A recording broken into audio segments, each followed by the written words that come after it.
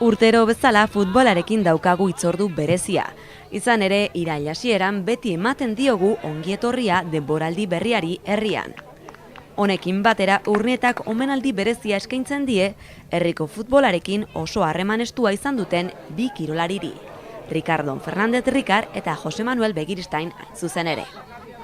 Joan zen irailaren 4an larunbata omenaldi honen inguruan txapelketa berezia ospatu zen Urnietako futbol zelaian. Bertan, Urnietako taldeaz gain, Hernani eta Ostadar taldeek ere lagunarteko partidak jolastu zituzten Gironean.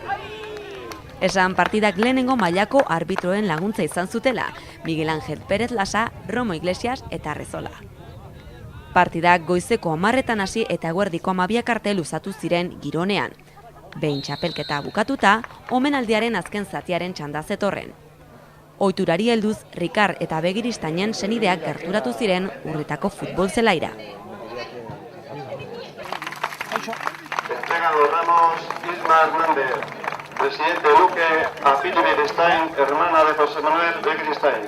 Y Josu Garmendia a la viuda de Ricard. Un fuerte aplauso.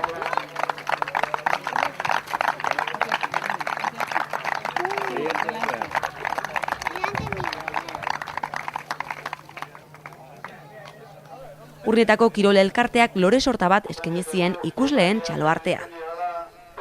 Egun horretan torneoaren trofeoak ere banatzeko denbora izan genuen.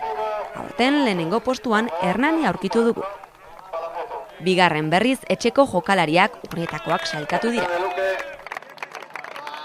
Entrega el trofeo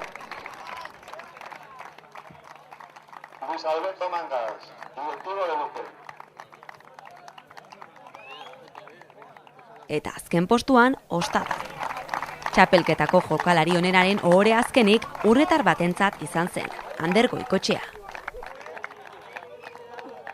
Eta honen bestez bukatzen dugu amargaren Jose Manuel Begiristain 4. memoriala.